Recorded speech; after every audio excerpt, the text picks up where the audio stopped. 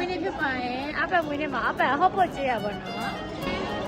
စိတ်ပြောရှင်တဲ့နွားကြီးဝမ်းမြောက်ရှင်အပက်ဝင်နေမှာတော့ပြောမိလားအဲ့ဒါသိပါအန်နီအပက်အသက်ရှင်ချမ်းသာပါစေ Thank you ဆရာဟာလေဦးရပါကျေးဇူးပါဟပ်မေလာတမ်းမြောင်ဝင်နေကြအားရပဲတမ်းမြောင်ဝါဒီကတာ